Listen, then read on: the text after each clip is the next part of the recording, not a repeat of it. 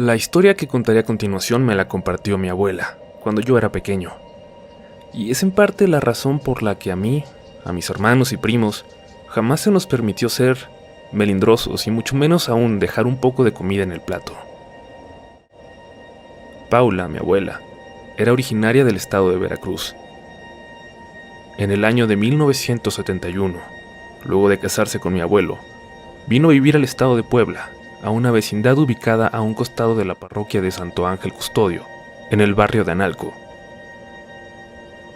En aquel tiempo era común que en las vecindades, servicios como el sanitario y los lavaderos fueran compartidos, por lo que con frecuencia se encontraban al exterior de las habitaciones. Doña Sofía, una de las tantas habitantes de aquella vecindad, coincidía con mi abuela en los lavaderos a la hora de lavar los trastes o la ropa, por lo que, con el paso del tiempo, llegaron a hacerse buenas amigas al igual que sus esposos. No obstante, a mi abuela nunca dejó de sorprenderle la cantidad de comida que doña Sofía tiraba en el drenaje al lavar los trastes, sobre todo porque mi bisabuela solía decirle que estaba mal desperdiciar la comida provista por Dios. Bernardo, mi abuelo, era miembro, al igual que el esposo de doña Sofía, de la adoración nocturna de la iglesia de Nuestra Señora de la Merced, por lo que ciertas noches, a su espera, mi abuela y su amiga aguardaban a su llegada frente a un brasero, en el que acostumbraban poner a hervir un poco de café. Años más tarde, mi abuela tuvo que enfrentar la pérdida de su amiga y compañera. Una noche de octubre, a diferencia de años pasados, la única compañía que tuvo mi abuela mientras esperaba por mi abuelo fue ese brasero con la olla de café y la luz de la luna que iluminaba parcialmente el patio. El frío del invierno no tardó en provocar que mi abuela tuviera la necesidad de ir al baño, por lo que se dirigió al sanitario que se encontraba a un costado de los lavaderos. Ni bien se sentó, escuchó algo. El estado de alerta la hizo olvidarse de sus necesidades y la hizo también escuchar con más atención. A lo lejos, pudo escuchar el sonido de un cerdo, ese que hacen cuando se alimentan. Se sobresaltó, pero se armó de valor y decidió salir a investigar. Y se dio cuenta de que se encontraba nuevamente sola.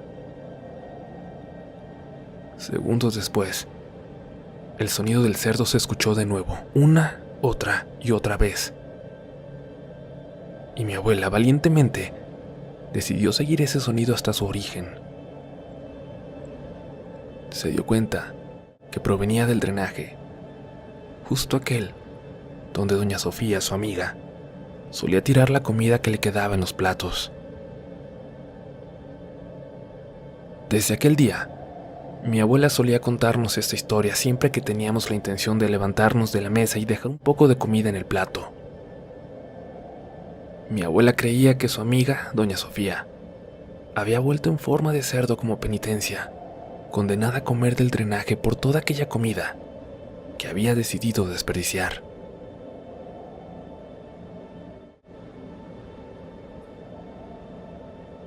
La siguiente también es una historia que nos llegó hace tiempo al correo.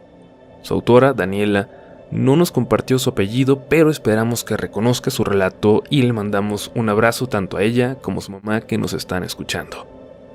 Esta es su historia. Hola, recién empecé a escuchar tu programa, pero mi mamá a diario te escucha, hasta cuando está haciendo el quehacer.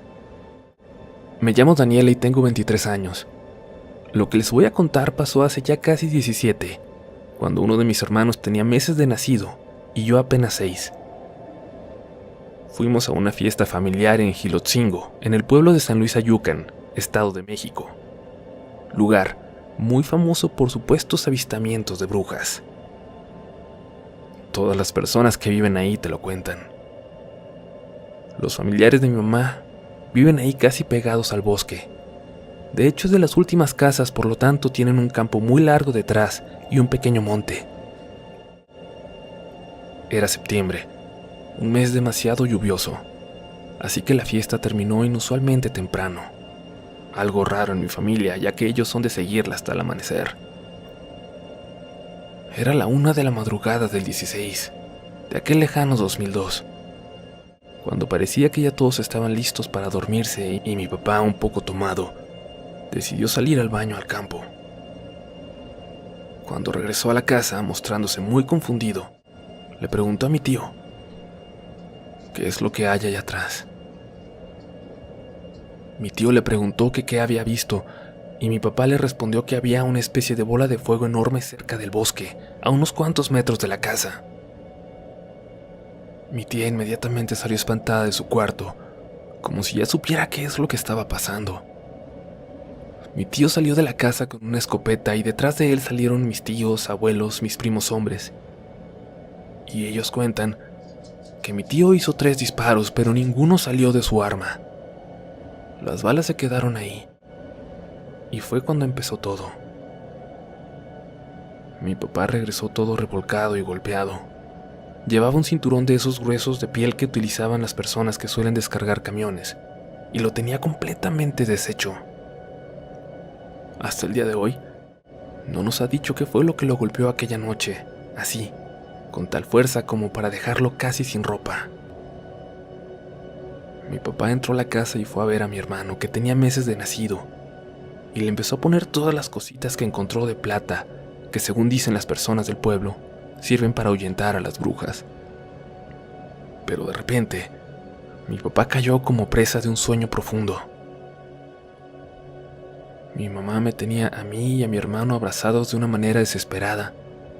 Mis primos más chicos, mis tías, estaban rezando y llorando del susto mientras afuera se escuchaban toda clase de ruidos, rasguños en el techo, golpes muy fuertes, e incluso se escuchaba cómo estos seres se comunicaban, así como suelen decir que son las brujas, ya sea con ruidos de guajolote o de gallina. Y mis tíos no tenían ningún tipo de animales de corral en esa casa. Yo recuerdo muy poco, era muy pequeña, pero sí me acuerdo muy bien del ruido de los guajolotes. Mi abuelo cuenta que cuando él salió a buscar la manera de sacarnos de ahí, parecía que hasta las estrellas se habían ido. No se veía nada alrededor de la casa más que oscuridad. Fue la noche más larga de mi vida y de la vida de mi familia. Mis tías empezaron a poner sal, espejos, tijeras abiertas y agujas para que nada entrara a la casa. Mi hermano lloraba desesperadamente y todos se encontraban rezando. Los ruidos no cesaron hasta el alba, y yo ya agotada, cansada, empecé a cerrar mis ojos cuando se escuchó el último golpe, aproximadamente como a las 6 o 7 de la mañana. Se escuchó como si un carro hubiera llegado con todas sus fuerzas a estrellarse contra la parte trasera de la casa. Todo se cimbró, y fue ahí cuando todos nos quedamos dormidos. Al momento de irnos rentamos una combi, y no pasaron ni 2 kilómetros cuando una torrencial lluvia cayó, haciéndonos pensar que estos seres, de algún modo, no nos dejaban ir. Torrentes de agua arrastraban el vehículo hasta que incluso se apagó, y el chofer, que algo sabía, nos dijo: no quieren que se vayan. Ellas están haciendo esto. Y es que pareciera que todas las personas de este pueblo saben de su existencia. Finalmente llegamos al Distrito Federal horas después, y todos sentimos un alivio. Por fin estábamos a salvo, por fin estábamos en casa, pero la cosa no paró ahí. Después de este suceso, mi hermano enfermó mucho de su estómago. No comía, tenía reflujo muy feo, cosa que hasta el día de hoy, 17 años después, lo sigue afectando. Todos hemos oído muchas historias de La Llorona. En los pueblos del México profundo se habla también de El Jinete, el Charro Negro y la Andalona, un ente muy parecido a La Llorona que va vestida de blanco, con cabello negro largo, y su apariencia tan hermosa que se lleva a los hombres y a los niños y nunca se vuelve a saber de ellos. En mi infancia, iba mucho al pueblo de mis abuelos y de mi padre, ubicado justo donde se juntan Oaxaca y Guerrero. Un día fuimos casi todos los primos a visitar a los abuelos con nuestras familias. El bisabuelo, como siempre, sentado en la banqueta, se pasó un buen rato contándonos historias de espanto. Llegó la hora de dormir, y el aire y la humedad en el ambiente anunciaban que se avecinaba una tormenta. Fuimos a dormir todos cuando ya caía un diluvio que provocó que se desbordara el río, y en minutos el agua invadió las calles. El agua pasaba por la barranca detrás de la casa de los abuelos, haciendo un ruido muy feo, similar a grandes rugidos cerca de nosotros. Como una niña, el sonido me impresionaba, pero en algún momento tuve muchas ganas de salir al baño que se encontraba al fondo del patio. Me asomé por una pequeña ventana que estaba cubierta con un mosquitero y un plástico que hacía que no entrara el agua. Al ver cuán lejos estaba el baño y lloviendo de esa forma, crecía mi angustia por tener un miedo enorme para salir. En ese momento se fue la luz, y yo solo quedé iluminada por un pequeño Sagrado Corazón junto a la ventana, que servía como pequeña lámpara. Al crujir del agua en la barranca, se le sumaban los estruendos de los relámpagos. El sonido era aterrador. Al levantar un poco el plástico de la ventana para ver al patio, vi con claridad una silueta blanca, casi resplandeciente. Era una mujer que estaba de espaldas a mí.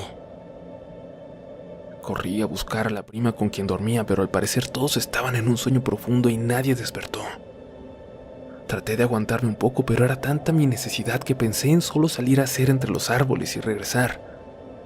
Volví a levantar el plástico de la ventana. Esta vez se acercaba esa mujer hacia mí.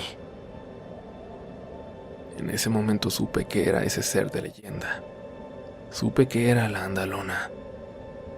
Al verla tan bonita, me inmovilizó. Pero al voltear hacia sus pies me di cuenta de que no tenía, que venía sin pisar y sin estar mojada por la lluvia. Me escondí o traté de esconderme entre todos mis primos, pero por más que los movía, ninguno despertaba. Volví a levantar el plástico y allí estaba ella, frente a mí. Se le fue deformando la cara hasta llegar a un aspecto horrible, y con su mano señalaba a su lado izquierdo. Yo ya no supe de mí hasta el día siguiente, cuando mi abuela entró al cuarto y me encontró en el piso. Le conté lo que pasó y me dijo que la Andalona no había podido pasar porque del lado que ella estaba señalando estaba la imagen, el Sagrado Corazón, y eso impidió que me llevara. Leyenda, dichos o lo que sea, a mí jamás se me olvidó esa terrible experiencia.